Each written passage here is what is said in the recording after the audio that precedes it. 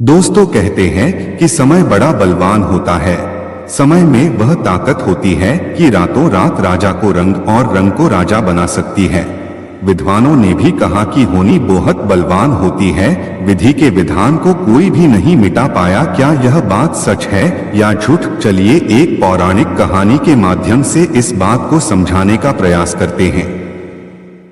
नमस्कार दोस्तों, बुद्धा से इंस्पायर्ड यूट्यूब चैनल में आपका दिल से स्वागत है। दोस्तों, यह कहानी बड़ी ही शिक्षाप्रद, महत्वपूर्ण और ज्ञानवर्धक है। मेरा आपसे निवेदन है कि कहानी के अंत तक हमारे साथ बने रहे। एक अंधेरी रात और रात में तारे चमक रहे थे। बहुत से लोग एक जगह पे इकट्ठे हुए थे। रात में पूनम की चांदनी और दिया की बाती से प्रकाश हर तरफ जा रहा था। वहीं पे एक छोटा सा बच्चा किसी के सामने गिड़गिड़ा रहा होता है, मत मारो उनको, मत मारो, हमने कुछ नहीं किया। लेकिन तभी वह आदमी उस लड़के के सामने उसके परिवार को मार देता है। वह बच्चा कुछ बोल भी नहीं पाता, उसका मुंह सूख जाता है। वह आदमी फिर उस बच्चे के सामने आता है और उस बच्चे के बाल पकड़कर उसे ऊंचा करता है और चाकू उसके पेट में मार देता है। आ आ बच्चे की चिल्लाहट पूरे गांव में पसर जाती है। कुछ साल बाद एक बड़े से घर में एक लड़का अपने कमरे में सो रहा होता है, जो अचानक चिल्लाकर नींद से उठ जाता है। यह आवाज सुनकर एक 65 साल की औरत दौड़ते हुए उसके पास आती है। आज फिर वही सपना देखा अविनाश बेटा? हाँ दादी, ऐसे सपने मुझे ही क्यों आते हैं? मैं सच में तंग आ गया हूं सपने से। एक कोमल सी आवाज आई, बेटा, वह एक सपना ही तो था। अब सो जा, मैं तुझे कहानियां सुनाती हूं, दादी ने कहा। फिर दादी ने एक सूरवीर की कहानी सुनाई और वो कहानी सुनते सुनते अविनाश सो गया। अविनाश एक सामान्य परिवार से था। उसके पिता दशरथ और माता हिमानी एक बड़े मकान के सेवक और सेविका थे। दोनों साथ में काम करते थे और वही एक छोटे से रूम में दोनों रहते थे। वो जहां काम करते थे उसके मालिक वृद्ध दंपति थे, जिनकी कोई संतान नहीं थी, इसलिए वह अविनाश को ही अपना बेटा मानते थे और अविनाश उन्हें दादा दादी कहता है। वह दंपति का व्यवहार अविनाश के माता पिता से अच्छा नहीं था। वह दोनों अविनाश के माता पिता से बहुत काम कराए करते हैं। शायद वो उन दोनों से जलते थे कि अविनाश उनका बेटा नहीं लेकिन एक सेवक का बेटा है। वो सब प्राप्तिपुरी नामक एक गांव में रहते हैं, जहां पे सभी लोग अविनाश को एक बड़े घर का लड़का समझते हैं, क्योंकि उस वृद्ध दंपति ने अविनाश को बेटा माना था। वही के एक बड़े से विद्यापीठ में अविनाश पढ़ता है। आज अविनाश का जन्मदिन था, इसीलिए वह दादा दादी ने अपने घर पर भोज रखा था और बाद में अविनाश के दोस्तों के लिए पार्टी थी। उस भोज में अविनाश के माता पिता भी शामिल होना चाहते थे, इसलिए वह दोनों दंपति के पास गए और हिमानी ने कहा, मालकिन, हम अपने बेटे के साथ भोज में आना चाहते हैं, हमें आने दीजिए। मालकिन एक वृद्ध महिला थी, वो वही दादी थी जो रात को अविनाश के साथ थी। अविनाश 18 साल का होने वाला है, वह मेरा बेटा है हिमानी। मैं नहीं चाहती कि लोग समझे कि वह एक तुच्छ सेविका का बेटा है, इसीलिए जो तुम्हें आना हो तो आना, लेकिन अविनाश से दूर रहना, समझी ना? दादी ने कहा। हिमानी कुछ बोलना चाहती थी, लेकिन उसकी बात काटते हुए मालकिन ने कहा, तुम अब जा सकती हो और हाँ, अविनाश को अपना आशीर्वाद देना भूलना मत। इस सब से अविनाश के माता पिता बहुत नाराज हुए, लेकिन वह कुछ कर नहीं सकते थे। अपने कमरे में आके हिमानी बोलने लगी, हम भोज में नहीं जाएंगे। साली बुढ़िया अपने आप को समझती क्या है, पता नहीं कब वो मरेगी और हमें शांति मिले। अविनाश के पिता खुश दिख रहे थे, पता नहीं क्यों, शायद उनके बेटे के लिए भोज रखा था इसलिए, या फिर कोई और बात थी। उसी घर के बड़े से कमरे में एक 18 साल का लड़का एक लड़के से बातें करते करते तैयार हो रहा था। कैसा लग रहा हूँ विशाल? विशाल ने आंखें ऊंची की, गेहूं जैसा रंग, बड़ी बड़ी काली आंखें, बड़ा सा कपाल और काले काले बाल और हट्टा कट्टा आदमी दिखाई दिया। अरे आज तो तुम किसी को मार ही दोगे, तुम अविनाश ही हो ना? अरे बस भाई, बहुत तारीफें कर दी, अब नीचे चलो, बहुत देर हो गई है। फिर दोनों दोस्त नीचे गए। दादा दादी तो अविनाश को देखकर किसी और को देख ही नहीं रहे थे।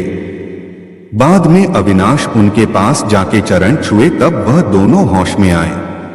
जूक जूक जी बेटा, जूक जूक जी, मेरा हीरो बेटा, दादी बोली। फिर अविनाश ने अपने हाथों से सभी को भोजन परोसा और फिर सबने भोज का खाना खाया।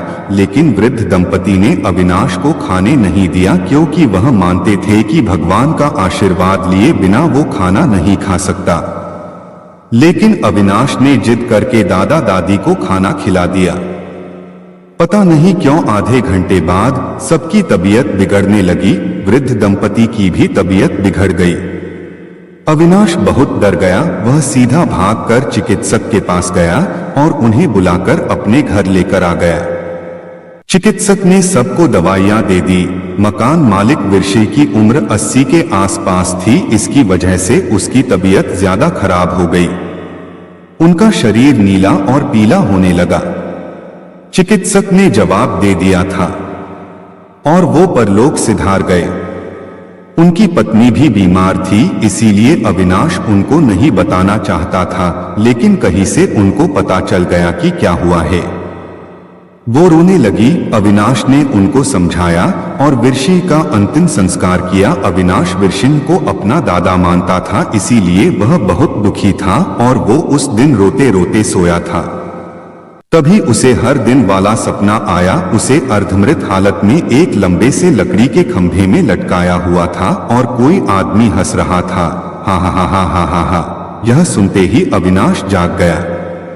उस वक्त विरसिंह की पत्नी अविनाश के रूम के दरवाजे पे बैठकर रो रही थी। उसने जब अविनाश को देखा तो वह अपने पल्लू से आंसू लूस के अविनाश के पास गई और उसका सर अपनी गोद में रख के वार्ता सुनाने लगी। तब अविनाश सोया। अविनाश के सोने के बाद वह अविनाश के सिर पर चुंबन की और रोने लगी। वो रोते रोते हमेशा के लिए सो गई। अविनाश ने सुबह उठ के देखा तो दादी उसके पास ही हमेशा के लिए सो गई थी। अविनाश ने उनका हाथ पकड़ा और जोर जोर से रोने लगा। अविनाश कभी उनके हाथ पकड़ता, कभी उनके पांव पकड़कर उठाने की कोशिश करता, लेकिन वह तो बहुत दूर चली गई थी। यह सबसे अविनाश को बहुत बड़ा आघात लगा था। वो हिल भी नहीं पा रहा था। अविनाश का रोना सुन के उसके माता पिता दौड़ते हुए आए और अविनाश को शांत किया। फिर विरसिंह की पत्नी की भी उन्हीं के जैसे अंतिम विदाई की। कुछ दिनों के बाद पता चला कि वृद्ध दंपति ने अपनी सभी संपत्ति अविनाश के नाम कर दी थी। उससे दशरथ और हिमानी बहुत खुश हुए। उनके तो भाग्य ही खुल गए थे। अमीर होने के बाद वो दोनों का स्वभाव ही बदल गया था। उन्होंने कई दासियां रख दी और सब पे अपना रौफ दिखाने लगे। अविनाश को यह देखकर बहुत दुख होता था। दूसरी तरफ जब विद्यालय में पता चला कि अविनाश दासी के लड़का है तो उसे धक्का मारकर विद्यालय से बाहर निकाला। अविनाश को लगा कि घर जाके माता पिता से बात करूंगा, लेकिन वह दोनों तो अमीरी दिखाने में व्यस्त थे। कुछ दिनों तक यही चला। अविनाश अब परेशान हो गया था। उसने घर छोड़ने का सोच लिया। अब इसीलिए वह शहर के बाहर के आश्रम में जाके सबसे पहले वो मकान और दूसरी संपत्ति उसके माता पिता के नाम कर दी। लेकिन वृद्ध दंपति के काम की वजह से वह सभी चीजें अपने माता पिता को नहीं दे पाया। लेकिन उसने मन ही मन निश्चय किया कि वह अब उसका उपयोग वो नहीं करेगा। अविनाश ने घर और सभी संपत्ति छोड़ दी जो उसकी किस्मत ने उसे दी थी और खुद ही अपनी किस्मत को शोधने निकल पड़ा। अविनाश अपनी जिंदगी से तंग आके अपना घर और शहर छोड़कर चला गया था और प्राप्तिपुर के सीमा पे आए एक पुराने खंडहर में रहने लगा। वो इमारत बहुत पुरानी थी और कई कक्ष तो गिरने की कगार पर थे।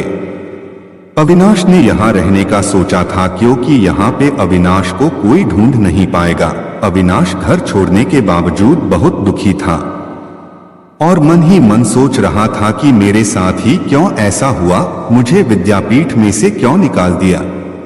असल में अविनाश पढ़ाई में होशियार था, लेकिन जब विद्यापीठ के आचार्य को पता चला कि वीरसिंह मर गए हैं और अविनाश एक सेवक का बच्चा है, तो वह बहुत गुस्से में आ गए और अविनाश को सब बच्चों के सामने अपमान किया था।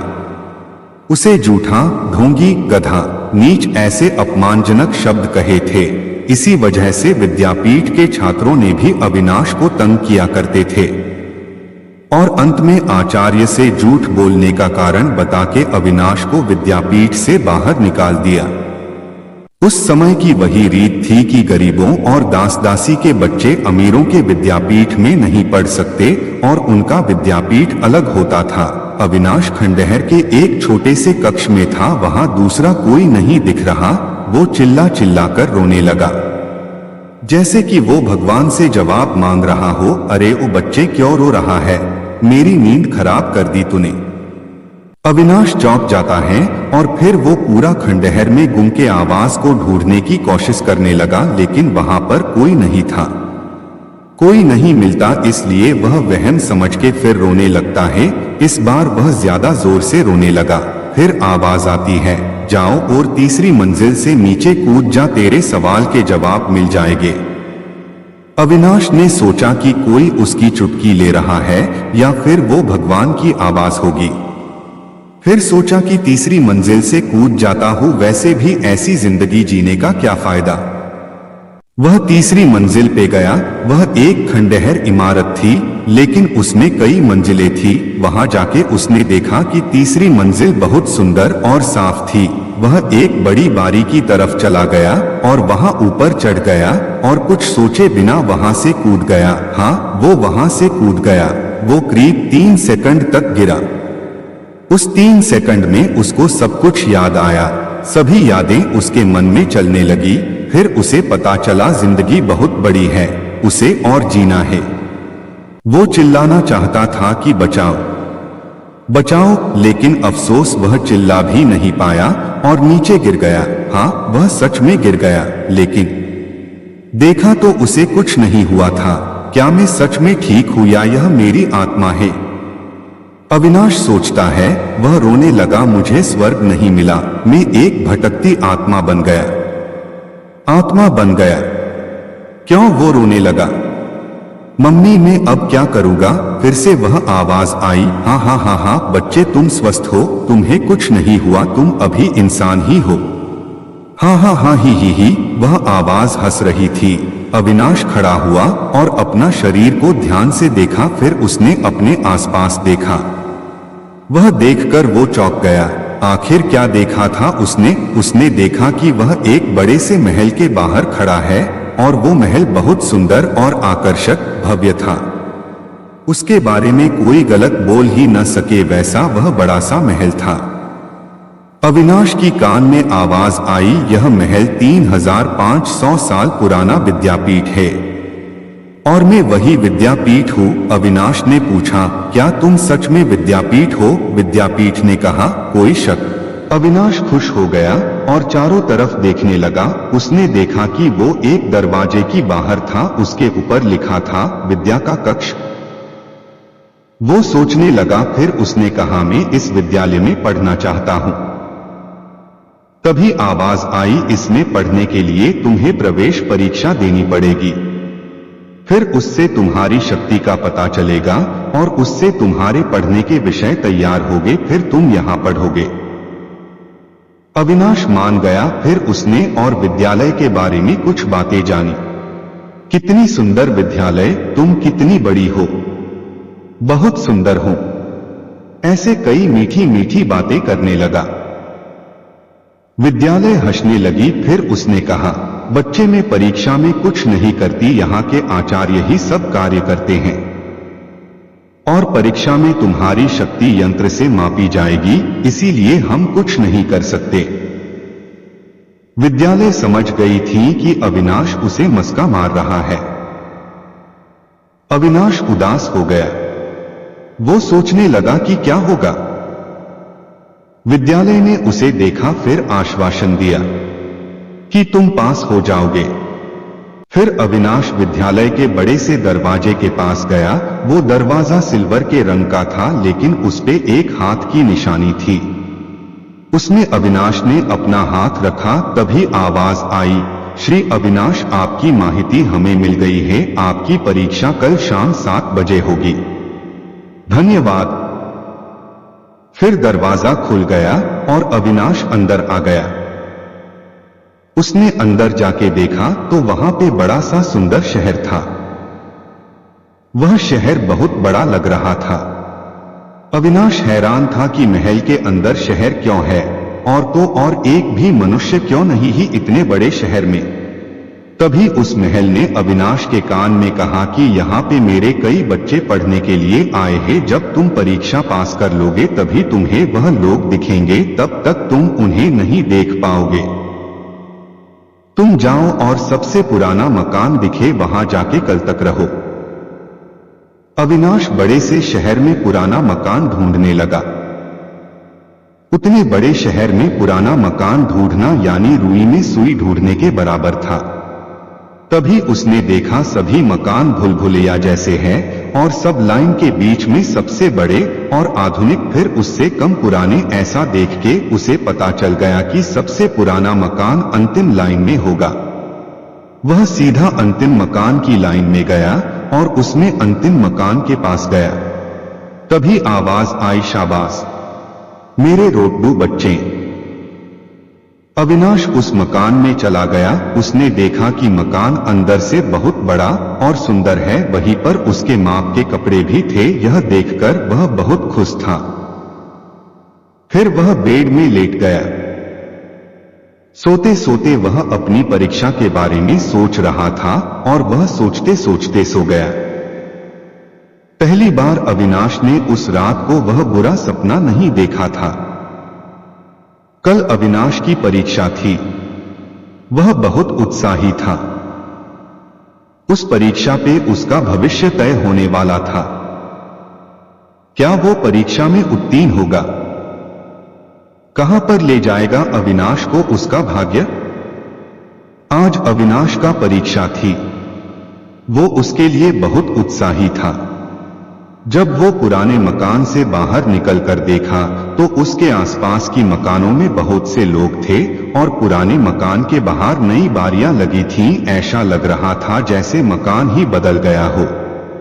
और तो और कई लोग वहां पे मौजूद थे जो एक दूसरे से बात कर रहे थे। अविनाश वहां से शहर देखने के लिए जाता है। शहर में आज चहल पहल थी, लेकिन सब एक ही उम्र के लग रहे थे, जैसे सब विद्यार्थी हो। अविनाश सब देखते देखते एक छोटी सी गली में आ जाता है।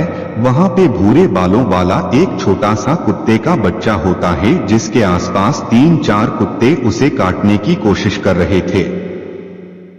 अविनाश उस कुत्ते के बच्चे को बचा लेता है, फिर उसे पुराने मकान में ले जाके बच्चे की दवाई पट्टी करता है और उसे अपने कमरे में रख के परीक्षा देने के लिए चला जाता है।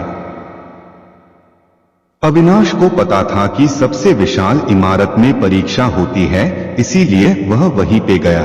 वहां जाके उसने देखा कि एक बहुत बड़ी और शिल्पकाम करी हुई इमारत थी। वहां पे आज दिखने वाले सभी इंसान खड़े थे और कई लोग आ रहे थे। तभी वहां पे अचानक सबकी नजर आसमान पे चली जाती है।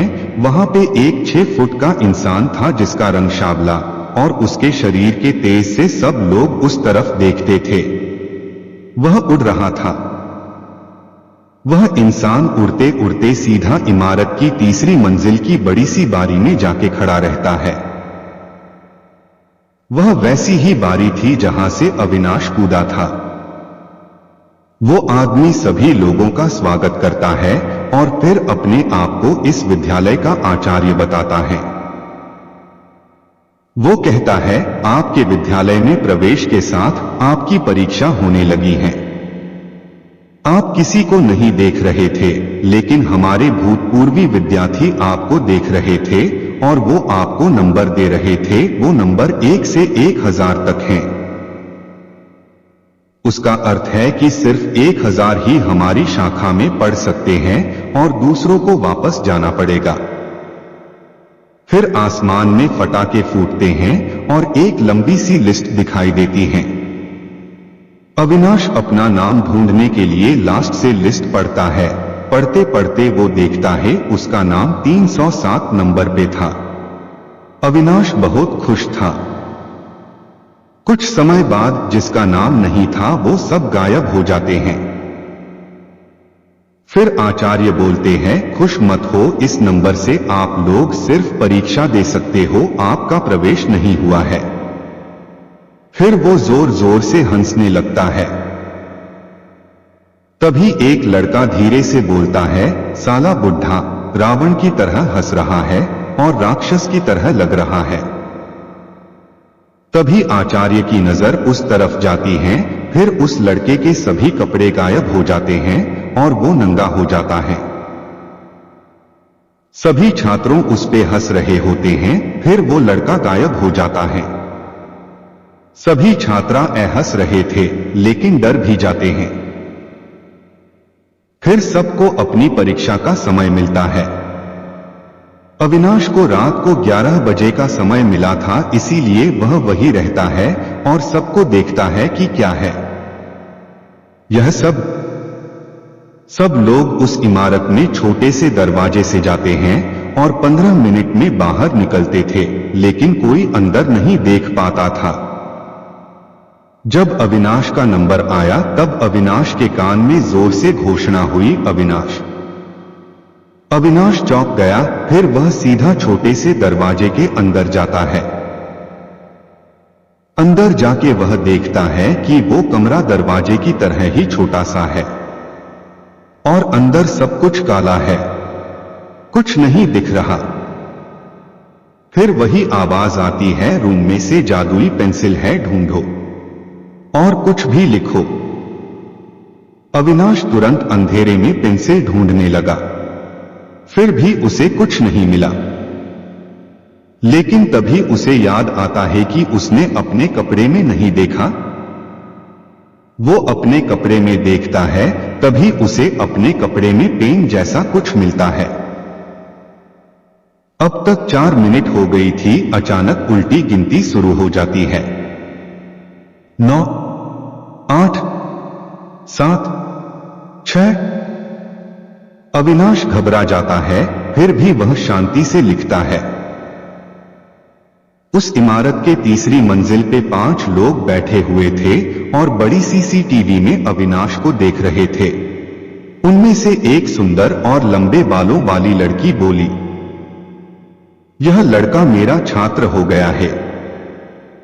उसे सुनकर सब चौंक जाते हैं और सोचते हैं, पहले रूम में ही छात्र की पसंद करना मूर्खामी है। दूसरी तरफ उल्टी गिनती हो रही थी। अविनाश ने कुछ भी सोचे बिना हवा में अविनाश लिख दिया। तभी पहले दरवाजे से थोड़ा बड़ा दरवाजा दिखाई देता है। अविनाश दूसरा दरवाजा खोलता है।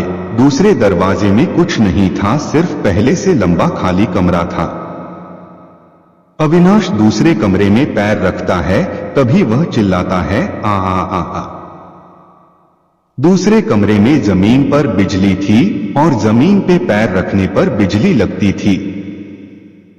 अविनाश ने उसका ही अनुभव किया था अभी अभी। अविनाश थोड़ा सोचता है, फिर वो बिजली वाले कमरे में भागने लगता है। वो बहुत बिजली के झटके खाता है। अविनाश के काले बाल खड़े हो गए थे, उसका पूरा शरीर झुलस रहा था। वो आधे में जाके सोचता है, वापस चला जाता हूं, लेकिन वह पीछे देखते ही आगे भागने लगता है।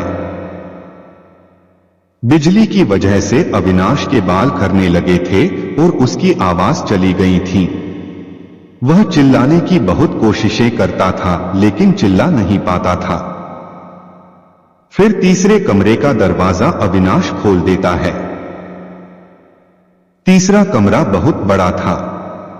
नीचे जमीन पे ज्वाला थी और आसमान में लंबे लंबे सांप रस्सी की जैसे टांगे हुए थे। वहां पे एक काला बोर्ड पे लिखा था, ऊपर सांप नीचे ज्वाला, एक पैर रखे बिना में चला। यह पढ़ के अविनाश सोचने लगता है। वो सोचता है सांप को पकड़ के दूसरी तरफ जाने की कोशिश करूंगा तो पैर नीचे नहीं रखूंगा, लेकिन सांप काट लेंगे। मैं करूं तो क्या करूं? आप लोगों को पता है अविनाश क्या करेगा अब? अविनाश कुछ सोचता है, फिर खड़ा हो जाता है और वो अपने चंपल निकाल के दोनों को एक साथ ज्वाला पे रख देता है। तभी वो दोनों चंपल हवा में ही रहती है और ज्वाला उसका कुछ नहीं कर पाती। अविनाश खुश हो जाता है, साथ में वह लंबे बालों वाली लड़की भी खुश हो जाती है। अविनाश अपने दोनों पैर एक साथ रखता है, फिर कूदते कूदते वह कमरा पार कर लेता है। वो यूएस कमरे से बाहर निकल जाता है। अविनाश बाहर निकलने में 1 घंटा और 13 मिनट ली थी। इतना समय सिर्फ अविनाश ही अंदर रहा था, इसीलिए अविनाश पे सब हंस रहे थे और अविनाश का मजाक बना रहे थे। क्या सच में अविनाश का मजाक बनने वाला है? जानने के लिए देखते रहे भाग्य का खेल with Avinash. Part next coming soon.